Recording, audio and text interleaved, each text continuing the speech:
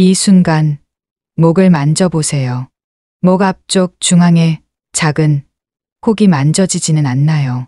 음식을 삼킬 때 목에 무언가 걸리는 느낌이 들거나 목소리가 평소보다 쉬어 있지는 않나요? 거울을 보실 때 목 부분이 한쪽으로 불룩하게 보이지는 않나요? 99%의 시니어분들이 단순한 노화 현상으로 넘겨버리는 이런 증상들이 사실은 갑상선암의 첫 경고, 신호일 수 있다는 충격적인 사실을 아시나요? 좋은 하루입니다. 암을 이기는 시니어 가족 여러분, 오늘 우리가 함께 살펴볼 주제는 목에 숨어있는 조용한 위협, 갑상선암입니다. 과연 착한 암이라는 평가가 맞는지 눈을 크게 뜨고 확인해 볼 시간입니다. 먼저 놀라운 진실을 공개하겠습니다. 갑상선암은 최근 20년간 발생률이 5배나 급증한 암으로 현재 우리나라 여성암 발생률 1위를 차지하고 있어요. 매년 3만 명 이상의 새로운 환자가 발생하며 특히 40세에서 60세 사이 여성분들에게 집중적으로 나타납니다. 하지만 기적 같은 희망의 메시지도 있습니다. 갑상선암은 조기 발견 시 5년 생존율이 100%에 가까운 완치 가능한 암이에요. 더욱 놀라운 것은 갑상선암의 95%가 진행이 매우 느린 유두암으로 착한 암이라고 불린다는 점입니다. 갑상선이 무엇인지부터 정확히 알아보겠습니다. 갑상선은 목 앞쪽 아담의 사과 아래에 위치한 나비 모양의 내분비 기관이에요. 크기는 15g에서 20g 정도로 작지만 우리 몸의 신진대사를 조절하는 갑상선 호르몬을 만드는 매우 중요한 역할을 합니다. 갑상선 호르몬이 부족하면 온몸이 느려지고 과다하면 온몸이 빨라져요. 심장 박동, 체온 조절, 체중 변화, 기분 변화까지 모든 것이 갑상선 호르몬의 영향을 받습니다. 바로 이 중요한 갑상선에 암이 생기는 것입니다. 갑상선암의 초기 신호들을 생생하게 알려드리겠습니다. 첫 번째 신호는 목 앞쪽에서 만져지는 혹입니다. 처음에는 콩알 크기로 시작해서 점차 커질 수 있어요. 대부분 통증이 없어서 무심코 넘어가기 쉽지만 절대 간과해서는 안 됩니다. 두 번째는 목소리 변화입니다. 갑자기 목소리가 쉬거나 거칠어지고 맑지 않아진다면 주의하세요. 갑상선암이 성대를 조절하는 신경을 누르면 이런 증상이 나타날 수 있어요. 세 번째는 연화 곤란입니다. 음식이나 물을 삼킬 때 목에 뭔가 걸리는 느낌이 들거나 삼키기 어려워진다면 갑상선이 식도를 압박하고 있을 가능성이 있습니다. 네 번째는 목과 어깨의 통증입니다. 목 앞쪽부터 시작해서 귀 뒤쪽이나 어깨까지 뻗치는 통증이 나타날 수 있어요. 단순한 목 결림으로 착각하기 쉬운 증상입니다. 다섯 번째는 호흡 곤란입니다. 갑상선암이 커져서 기도를 누르면 숨쉬기가 어려워질 수 있어요. 특히 누웠을 때 더 심해지는 특징이 있습니다. 이런 생명을 구할 수 있는 소중한 정보가 더 많은 시니어분들께 전해지도록 구독 버튼을 누르시고 좋아요로 응원해 주시며 가족들과 공유하고 알람 설정으로 건강 정보를 놓치지 마세요. 갑상선암의 무서운 위험 요인들을 공개하겠습니다. 첫 번째는 성별과 연령입니다. 여성이 남성보다 4배 더 많이 발생하며 40세에서 60세 사이에 가장 흔해요. 여성 호르몬과 관련이 깊은 것으로 추정됩니다.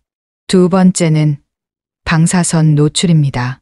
어릴 때 목 부위에 방사선 치료를 받았거나 원자폭탄이나 원전 사고 등으로 방사선에 노출된 경우 갑상선암 위험이 크게 증가해요.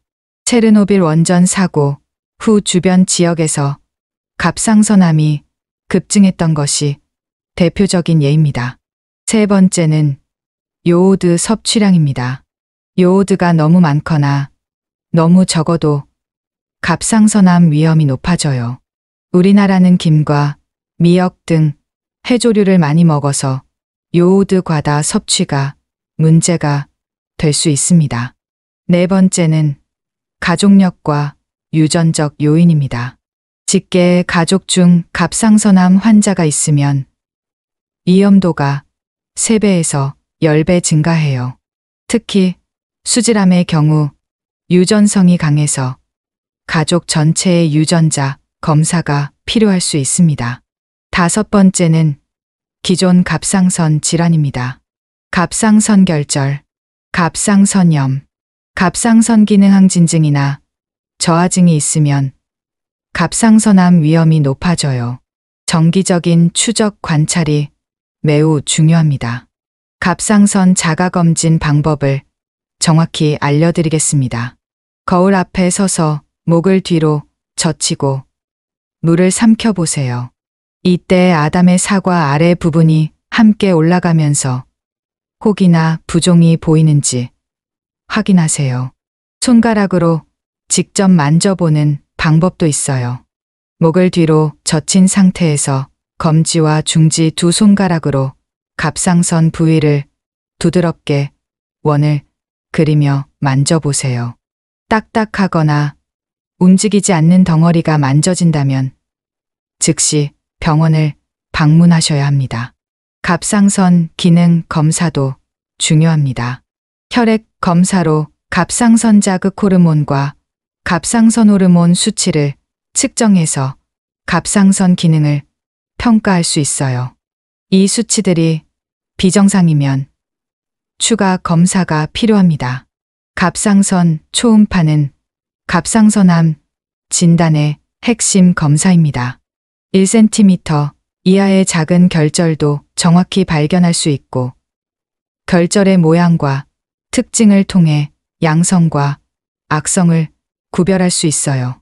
세침읍 인생검은 의심스러운 결절에서 세포를 채취해서 현미경으로 관찰하는 검사입니다. 가는 바늘을 사용함으로 통증이 적고 외래에서 시행할 수 있어요. 컴퓨터 촬영이나 자기공명 영상은 갑상선암이 주변 조직으로 침범했는지 림프절 전이가 있는지 확인하는 데 사용됩니다. 수술 계획을 세우는데 매우 중요한 정보를 제공해요. 갑상선암의 종류도 알아두시면 좋겠어요. 가장 흔한 유두암은 전체의 85%를 차지하며 진행이 매우 느려서 예후가 좋습니다. 여포암은 10% 정도를 차지하며 혈관을 통해 전이하는 특징이 있어요. 수질암은 5% 미만으로 드물지만 유전성이 강하고 진행이 빠른 특징이 있습니다. 역형성암은 1% 미만으로 매우 드물지만 가장 악성도가 높아 즉시 적극적인 치료가 필요해요. 갑상선암과 양성결절을 구별하는 것도 중요합니다. 악성을 시사하는 초음파 소견으로는 경계가 불분명하고 모양이 세로로 긴 경우, 내부에 미세석 회화가 있는 경우, 혈류가 증가된 경우 등이 있어요. 갑상선암 예방을 위한 생활습관도 알려드릴게요. 요오드 섭취량을 적절히 조절하세요. 김이나 미역을 매일 과량 섭취하는 것보다는 일주일에 2회에서 3회 정도 적당히 드시는 것이 좋습니다. 방사선 노출을 피하세요.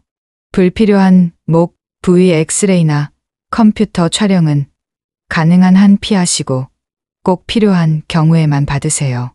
치과 엑스레이를 찍을 때도 목 부위를 보호하는 납 가리개를 착용하세요.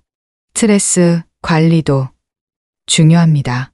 만성 스트레스는 면역력을 떨어뜨려 암 발생 위험을 높여요. 규칙적인 운동과 충분한 수면, 취미 활동을 통해 스트레스를 관리하세요. 금연도 필수입니다. 흡연은 갑상선암 위험을 증가시킬 뿐만 아니라 갑상선 기능에도 악영향을 미쳐요. 간접 흡연도 피하시고 완전 금연을 실천하세요. 그런데 정말 중요한 이야기가 더 기다리고 있습니다. 갑상선암이 진행되면 몸에서는 어떤 위험한 변화가 일어날까요? 중기와 말기, 갑상선암의 치명적인 증상들과 최신 혁신적 치료법들은 무엇인지 지금부터 더욱 생생한 내용으로 공개하겠습니다. 갑상선암이 진행되면서 나타나는 더욱 심각하고 위험한 증상들을 지금부터 상세히 공개하겠습니다. 이 내용은 생과 사를 가르는 결정적인 순간을 놓치지 않게 해줄 것입니다. 의학적으로 갑상선암은 종양의 크기와 침범 정도, 림프절 전이, 원격 전이 여부에 따라 1기에서 4기로 분류됩니다.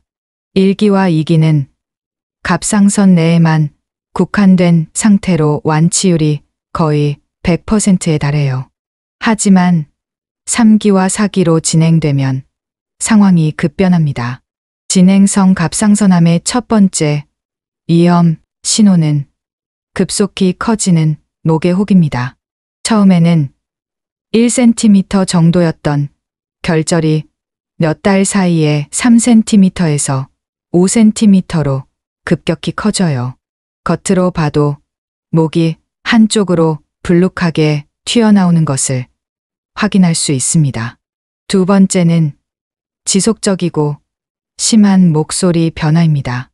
단순히 목소리가 쉬는 정도가 아니라 완전히 목소리를 잃어버리는 실성이 나타날 수 있어요. 갑상선암이 성대 신경을 완전히 손상시켰기 때문입니다. 세 번째는 심한 연하 곤란과 호흡 곤란입니다. 음식은 물론 물조차 삼키기 어려워지고 숨쉬기가 점점 힘들어져요. 갑상선암이 식도와 기도를 심하게 압박하기 때문입니다. 이는 응급 상황으로 즉시 치료가 필요해요. 네 번째는 목과 어깨의 극심한 통증입니다. 진통제로도 조절되지 않는 극심한 통증이 목 전체와 어깨 등으로 퍼져나가요. 암이 주변 근육과 신경을 침범하면서 생기는 증상입니다. 다섯 번째는 목 림프절의 단단한 덩어리입니다. 목 양쪽과 쇄골 부위에서 딱딱하고 움직이지 않는 덩어리들이 만져져요. 갑상선암이 림프절로 전이된 것으로 매우 심각한 상태입니다. 생명을 구할 수 있는 이런 중요한 정보를 놓치지 않도록 구독과 좋아요, 공유, 알람 설정을 모두 해주셔서 더 많은 분들께 전달해 주세요. 갑상선암이 원격 전이될 때 나타나는 치명적인 증상들도 알려드리겠습니다. 가장 흔한 전이 부위는 폐와 뼈입니다. 폐 전이가 있으면 지속적인 기침과 호흡 곤란이 나타나고 가래에 피가 섞여 나올 수 있어요. 뼈 전이가 있으면 뼈에 극심한 통증이 나타납니다. 특히 척추나 골반뼈의 전이가 잘 되며 병적 골절의 위험도 높아져요. 통증 때문에 걷기 어려워지고 일상생활이 불가능해집니다. 간전이는 드물지만 발생하면 복부 팽만감과 황달이 나타나요. 피부와 눈의 흰자위가 노랗게 변하고 소변이 진한 갈색으로 나옵니다. 뇌전이도 드물지만 매우 위험합니다. 두통, 구토, 의식, 저하, 경련 등이 나타날 수 있어 즉시 응급 치료가 필요해요. 갑상선암의 특수한 형태들도 알아보겠습니다. 역형성암은 갑상선암 중 가장 악성도가 높은 형태로 몇 주에서 몇 달 사이에 급속히 진행해요. 목이 빠르게 커지면서 기도를 막아 질식 위험까지 있습니다. 수질암은 칼시토닌이라는 호르몬을 과다 분비해서 설사와 안면, 홍조 증상이 나타날 수 있어요. 또한 유전성이 강해서 가족 전체의 검사가 필요합니다. 림프종은 드물지만 갑상선에 발생할 수 있는 혈액암으로 목이 급속히 커지면서 딱딱해져요. 하시모토 갑상선염이 있는 환자에서 발생 위험이 높습니다. 진행성 갑상선암의 진단은 여러 정밀 검사를 통해 이루어집니다. 컴퓨터 촬영에서는 갑상선 피막을 뚫고 주변 조직으로 침범한 정도를 정확히 확인할 수 있어요. 기도나 식도, 침범, 경동맥, 침범 여부도 평가합니다. 자기공명 영상은 연부조직 침범을 더 정확히 볼 수 있고 혈관 침범 정도도 자세히 평가할 수 있어요. 수술 계획을 세우는데 매우 중요한 정보를 제공합니다. 양전자 방출 단층 촬영은 전신의 전이 병소를 찾는 데 유용해요. 일반 영상에서 발견되지 않는 작은 전이 병소도 찾아낼 수 있습니다. 갑상선 글로불린은 갑상선암의 중요한 종양 표지자입니다. 수술 후 추적 관찰에서 재발을 조기에 발견하는데 매우 유용해요. 갑상선암의 치료는 수술이 가장 기본이 됩니다. 갑상선 전절제술이 표준 수술로 갑상선을 완전히 제거하고 주변 림프절도 함께 제거해요. 최근에는 로봇 수술이나 내시경 수술도 시행되고 있습니다. 수술 후에는 방사성효오드 치료를 시행합니다. 방사성효오드를 복용하면 남아있는 갑상선 조직이나 전이 병소에 선택적으로 축적되어 암세포를 파괴해요. 갑상선암만의 독특한 치료법입니다. 갑상선 호르몬 억제 치료도 중요합니다. 갑상선 호르몬제를 복용해서 갑상선 자극 호르몬을 낮춰주는 치료로 재발을 방지하는 효과가 있어요.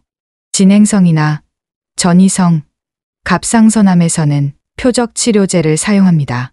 소라페니디나 렌바티닙 같은 약물이 종양의 성장을 억제하고 생존 기간을 연장시켜요. 면역치료제도 일부 환자에게 효과를 보이고 있습니다. 펜브롤리주맙 같은 약물이 진행성 갑상선암에서 좋은 결과를 보여주고 있어요. 외부 방사선 치료는 수술이 불가능하거나 국소 재발한 경우에 시행합니다. 최근에는 정밀 방사선 치료 비법이 발달해서 정상 조직 손상을 최소화하면서 효과적으로 치료할 수 있어요. 말기 갑상선암이라고 해서 절망할 필요는 없습니다. 적절한 치료와 관리로 수년간 좋은 삶의 질을 유지할 수 있어요. 실제로 진행성 갑상선암 환자도 5년에서 10년 이상 생존하는 사례가 늘어나고 있습니다. 그렇다면 갑상선암을 완전히 예방하고 극복하는 혁신적인 방법들은 무엇일까요? 지금부터 갑상선암 정복의 놀라운 비밀과 기적 같은 완치 사례들을 모두 공개하겠습니다. 갑상선암을 완전히 예방하고 극복하는 5가지 혁명적 전략을 지금부터 모두 공개하겠습니다. 첫 번째 전략은 정밀한 갑상선 자가관리와 정기검진입니다. 매월 정해진 날짜에 갑상선 자가검진을 실시하세요. 샤워할 때 거울 앞에서 목을 뒤로 젖히고 물을 삼키면서 목 앞쪽의 변화를 관찰하는 것이 핵심이에요. 손가락, 검진법을 정확히 익히세요. 검지와 중지 두 손가락으로 갑상선 부위를 부드럽게 원을 그리며 만져보시는 거예요. 1cm 이상의 결절은 대부분 만질 수 있으니까 놓치지 마세요. 40세 이후부터는 2년마다 갑상선 초음파 검사를 받으세요. 가족력이 있거나 방사선 노출 경험이 있다면 매년 받으시는 것이 좋습니다. 혈액 검사로 갑상선 기능도 함께 확인하세요. 두 번째, 전략은 갑상선 건강을 위한 맞춤형 영양관리입니다. 요오드 섭취량을 적절히 조절하는 것이 핵심이에요. 김이나 미역 같은 채조류를 매일 과량 섭취하는 것보다는 일주일에 2회에서 3회 정도 적당량만 드세요. 셀레늄이 풍부한 음식을 꾸준히 섭취하세요. 브라질 너트, 참치, 현미, 마늘에 들어있는 셀레늄은 갑상선 기능을 돕고 항산화 효과가 있어서 갑상선암 예방에 도움이 됩니다. 비타민 D도 중요해요. 하루 15분에서 20분 정도 햇빛을 쬐시거나 비타민 D가 풍부한 연어, 정어리, 달걀 노른자를 드세요. 비타민 D, 결핍은 갑상선암 위험을 높일 수 있어요. 항산화 성분이 풍부한 음식들을 충분히 드세요. 블루베리, 시금치, 브로콜리, 당근에는 베타카로틴과 비타민C가 풍부해서 갑상선 세포를 보호해줍니다. 반대로 피해야 할 음식들도 있어요. 가공육과 고나트륨 음식은 갑상선 건강에 해롭습니다.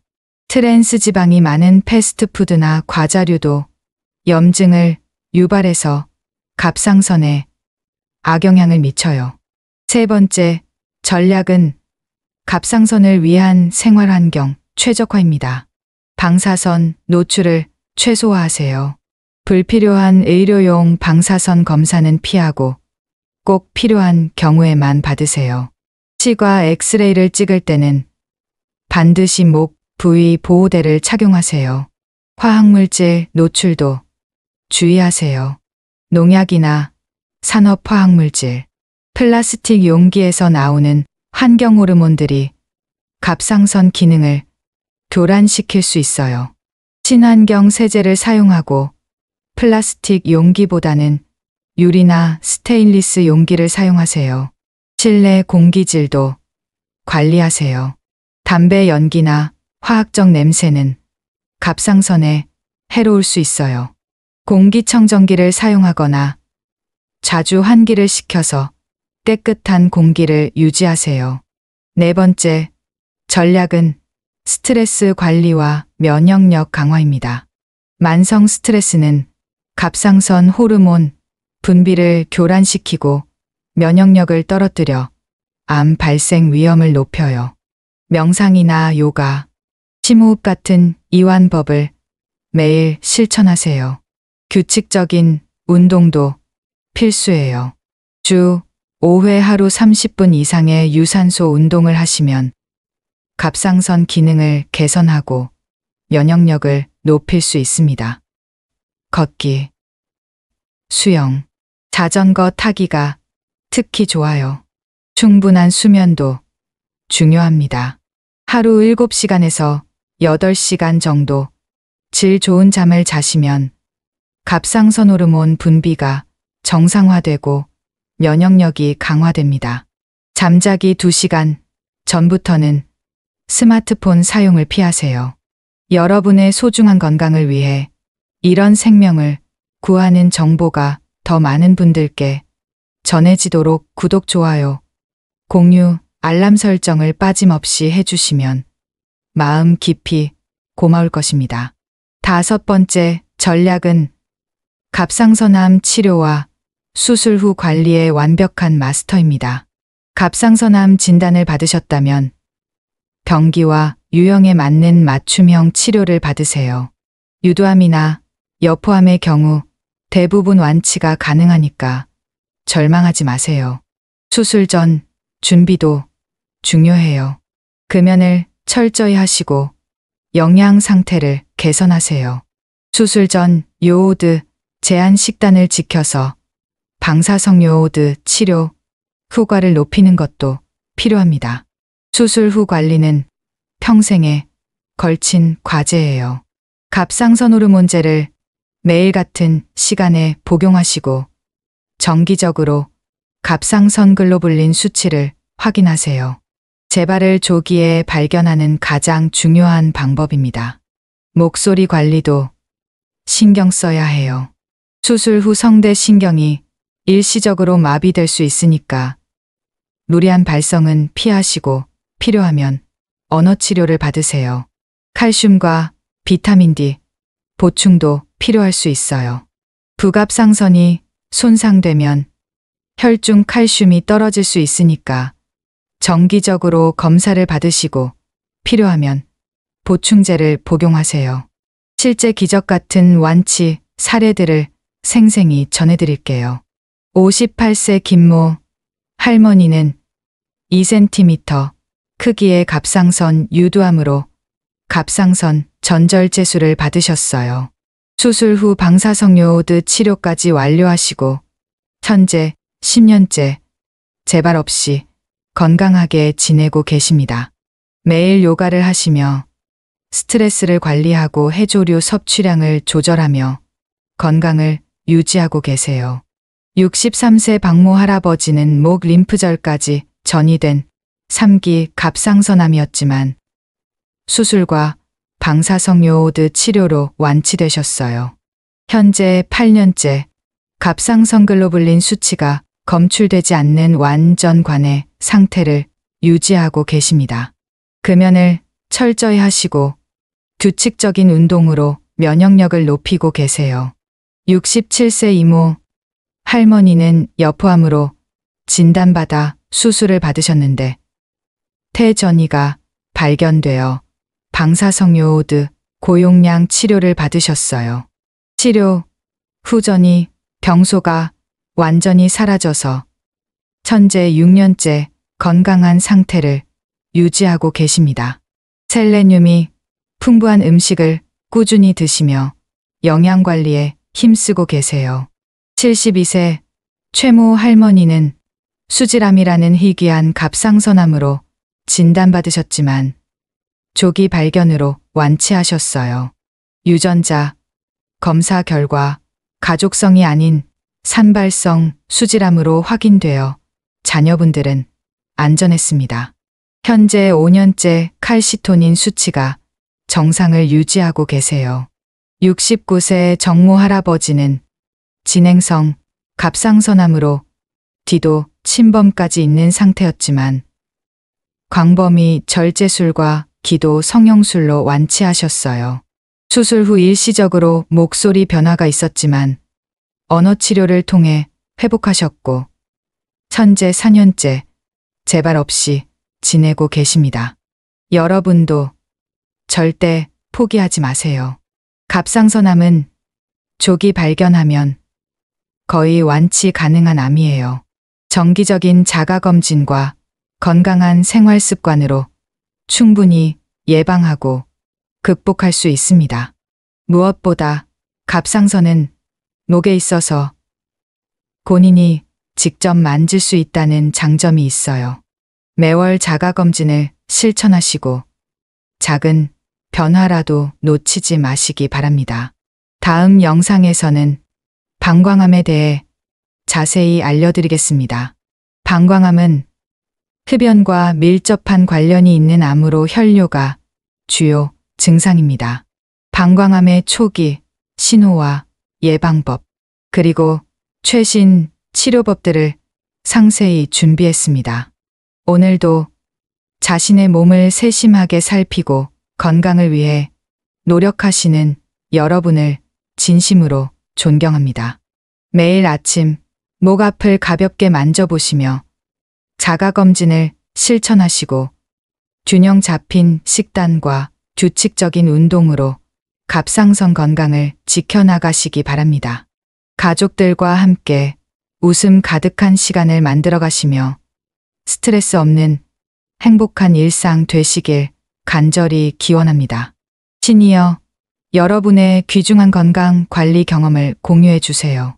오늘 함께 나눈 갑상선암 정보 중에서 가장 유용했던 부분이나 개인적인 갑상선 건강 관리 방법이 있으시다면 댓글로 알려주세요. 여러분의 소중한 경험담과 지혜로운 조언이 다른 분들에게도 큰 도움과 격려가 됩니다. 마음을 다해 고맙습니다.